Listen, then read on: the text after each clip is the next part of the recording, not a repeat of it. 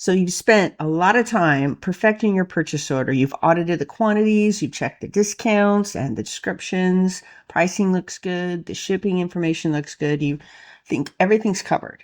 And then you hit send and it goes to the vendor. And you think, okay, your job's done. But actually it has just begun. Hi, my name's Jill and this is the PO Framework. And today we're going to talk about sending your purchase order to the vendor, requesting the acknowledgement, and also talking about how to cancel an order if you have to. Let's get started. Let's discuss the 3 common ways to send a purchase order to a vendor. Now on my list, the first one is a PDF, which you would normally send via email to the vendor. Now, a lot of vendors might have a designated email address, so everybody sends their POs to that one email address. That way, if somebody's off or on vacation, someone else can grab it. Sometimes vendors will assign a person to a certain territory in the country. Let's say, because I worked in California, so our vendors would have a West Coast person. We would email our POs directly to them. Now, keep in mind, when you send a purchase order that way, in fact, anytime you send an email, the person you're sending it to most of the time isn't going to read it right away. And if they're buried or super busy, they might not even see it for 24 hours. So if your order is urgent, like hot, you need to pick up the phone and call the factory or the vendor. So you want to give 24 hours to respond. Some vendors, the person doesn't always respond with got it or received because, the pure volume of orders they process, because a lot of vendors still use humans to process orders, which has a lot of pluses. And especially if it's big equipment, you need to have somebody manually check every item on that. Equipment's very expensive and you don't want to make a mistake. But a lot of times they don't always respond right away. The response you'll get is when you get the actual order confirmation. And I would usually give vendors 48 hours to get that back to me, because when they get the order, they have to enter it in their system, and provided everything's right, provided your PO doesn't have any mistakes on it, then it goes to the vendor's production team. Okay, so you have the PO, it gets entered into the system with all the pertinent information, pricing, items, where to ship it to. And then it goes to the production team. Now, the production team is going to have to see, based on when you want it to ship, how fast they can make it. And then they can get a ship date back to the person processing your order. And then they will produce an estimated ship date. Okay, it's always estimated. There's never any guarantees. We always just say it's estimated. And then that way, the acknowledgement comes back. Now, this acknowledgement needs to mirror your purchase order. It needs to have the buyer and vendor information correct, the ship to information, and that could be very entailed. The contact person, the phone number, all of that has to match. And then you have the items you're ordering. You need to make sure the item is right, that they entered the right price. So critical to make sure they entered the right price. Because sometimes vendors, it might be a typo and their system might not catch it. So you want to make sure, because you want to look at that total dollar amount, make sure it matches your original PO. And then once you make sure everything matches, if you have voltage for your unit, gas type, if you have a special color, anything like that, make sure that all matches. And then you look at the estimated ship date.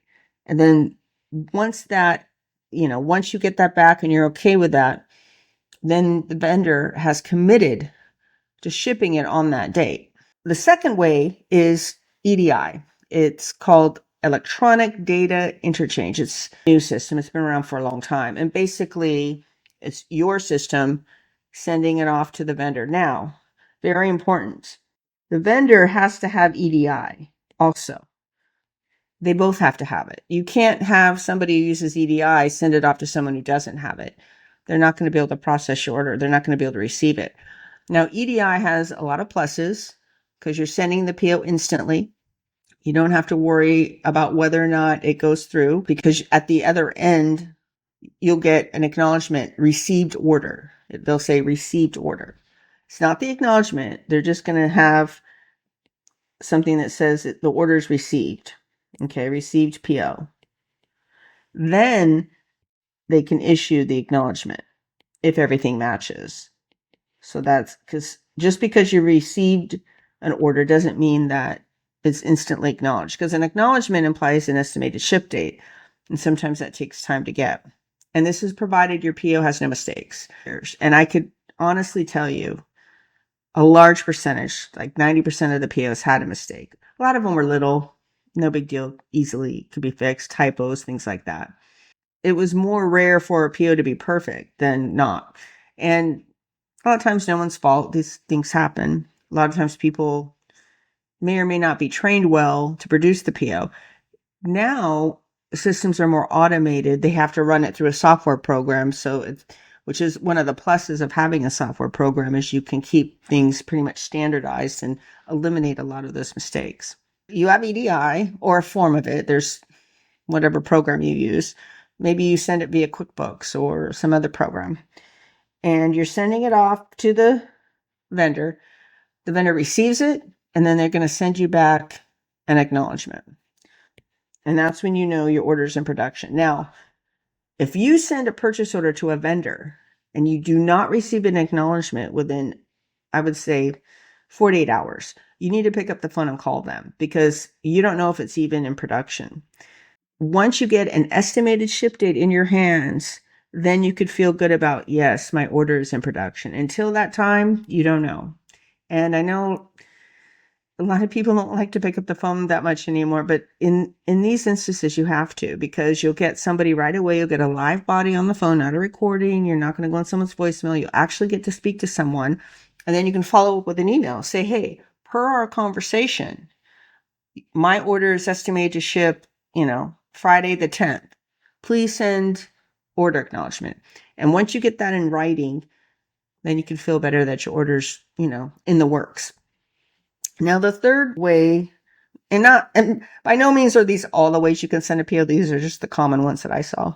The third is a supplier portal. And basically what that is the buyer will have a system. Okay. This is their system.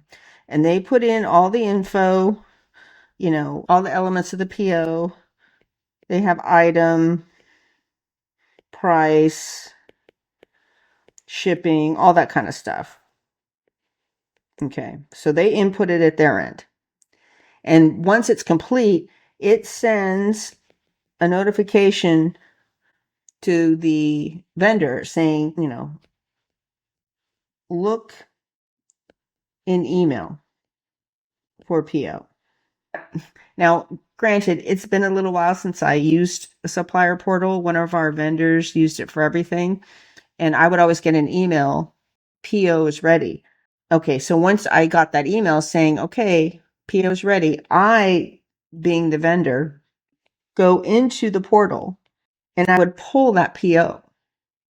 I'd pull that PO myself, pull the PO. I'd print it off, so I'd have a hard copy, and then I would check it, make sure it's right, pricing's right, everything's right. And I would then enter it into our system. And when it ships, I would have to go back into the portal. You're going back into the portal to enter tracking.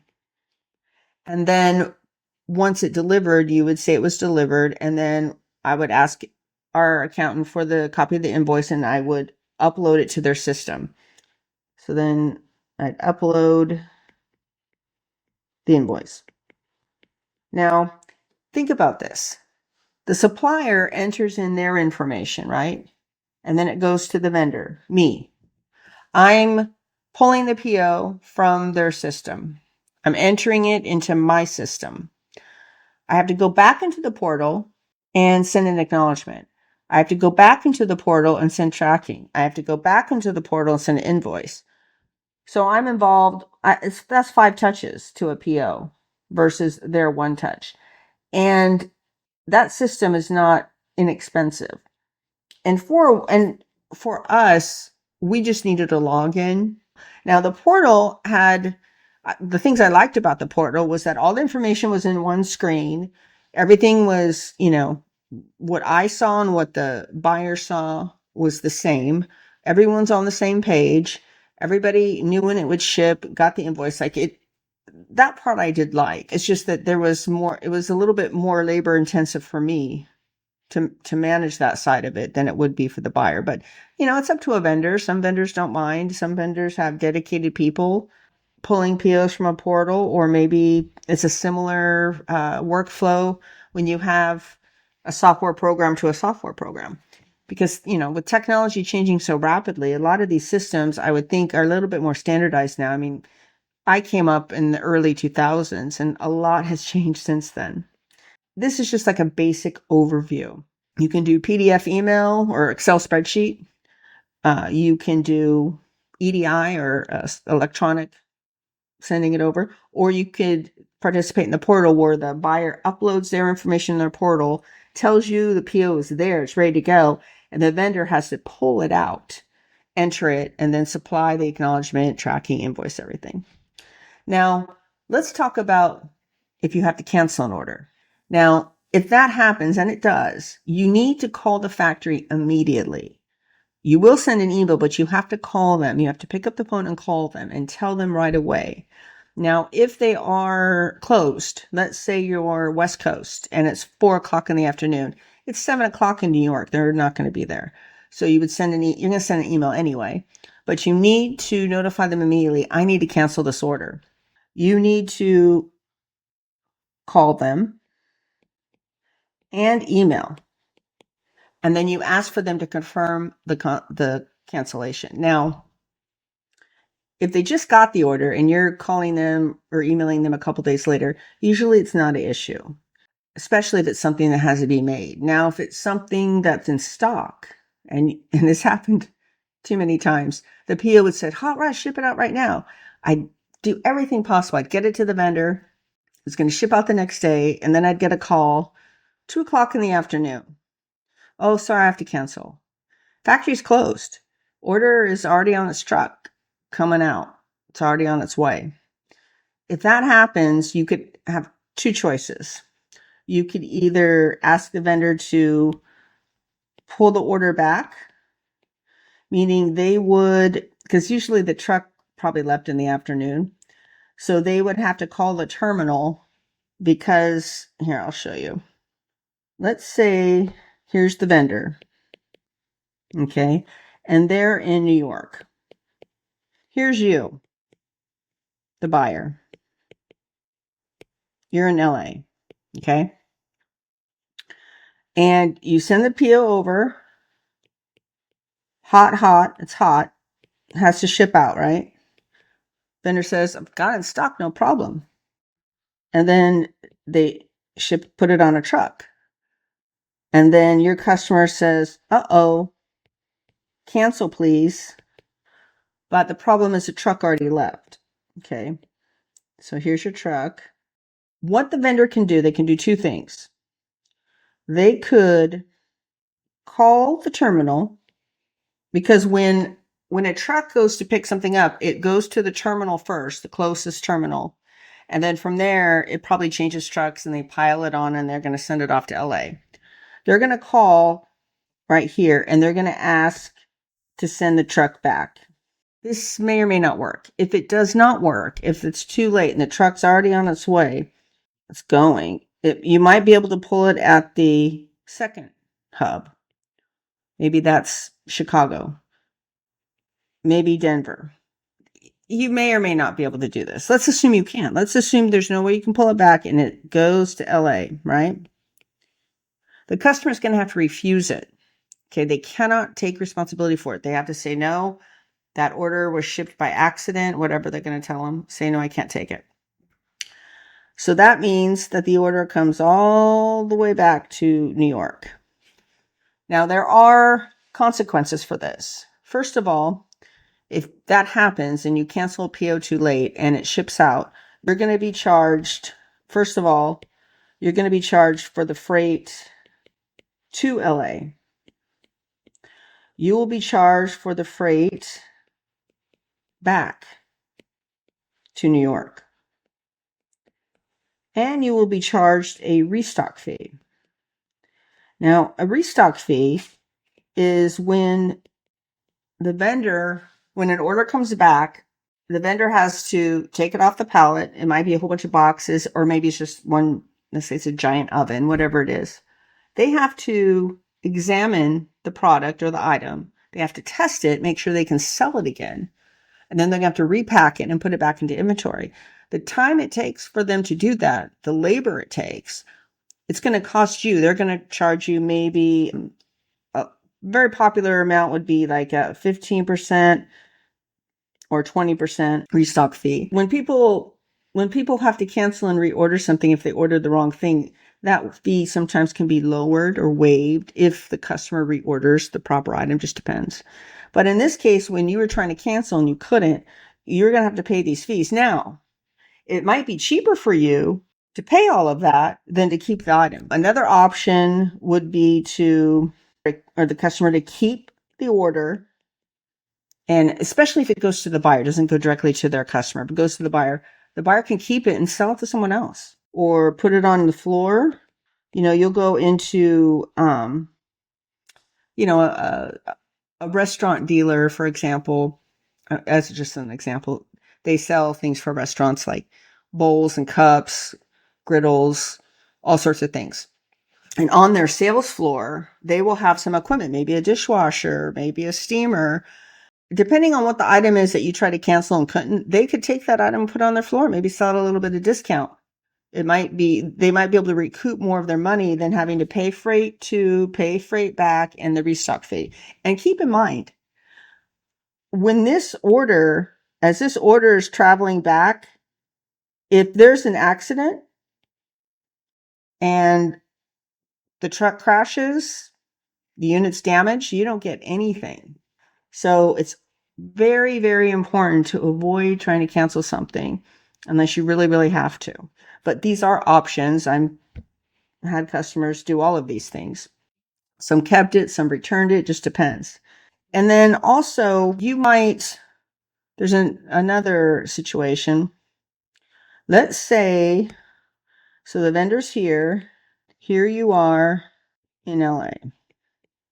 Let's say an order ships to you. Okay. You get it, you receive it, and it's good condition. You're happy, great. Let's say 3 months later, you're like, oh man, you open up the box, you're like, this is the wrong unit. I didn't mean to order this unit. I meant to order something else. The first thing I always asked the buyer was, because let's say they ordered the wrong voltage. I would say, hey, let's see if we can get the voltage fixed in the field. That way, let's say a service agent close by could come to your warehouse, fix the unit. Like the vendor would send the conversion kit to the service agent, and then the service agent would go to the warehouse where it's located, the buyer's warehouse, and they could just fix the unit, change the voltage. Now, you can't always do that. I think you can go up, but you can't come down. If you want to go from 120 to 208, you could, but you can't go down. I forget. Or let's say you ordered a dishwasher, it's a corner unit, and you meant to order a straight through unit, when they put the dishes in and it goes straight out versus doing the corner. Those aren't always field convertible. So you'd have to order a new one. What you could do is keep the unit, like in our other example, keep the unit and then sell it to someone else. Or you could return it and you'd pay a restock fee. Now, but you could ask the vendor, hey, I'll reorder, like I ordered a straight unit, I'll reorder a corner unit. Can you reduce the restock fee? Maybe instead of 20%, maybe it's down to 10%, or maybe it's waived completely. That would be wonderful. And then of course, you're paying freight back to the factory. So you're sending it back to the factory. And you have to keep your fingers crossed that nothing happens to the unit, because it has to arrive in sellable condition. Okay, it has to arrive back, in a way that they can resell it. And usually in all the years I've been doing this, I think only once or twice did a unit have an issue, but most of the time it's fine. So those are options you have, because when you realize a mistake is made, there's always a solution. You just want to be able to try to figure out the quickest solution and the one that's going to be the least expensive, so you can mitigate any sort of loss on your profit. I'll put this in green. Maybe offer the customer, let's say it wasn't a straight through to a corner. Maybe the unit had too many bells and whistles. They wanted a simpler unit, a cheaper unit. Offer to sell the unit at a discount. Tell the customer, hey, you wanted the, simple version. We ordered the one that was, heavy duty, bells and whistles, bit of an overkill, but we'll sell it to you at a discount. Then you're saving the freight back. You're saving a possible risk that it gets damaged. You're saving a possible restock fee. Like, there are all sorts of things you could do to try to mitigate the loss.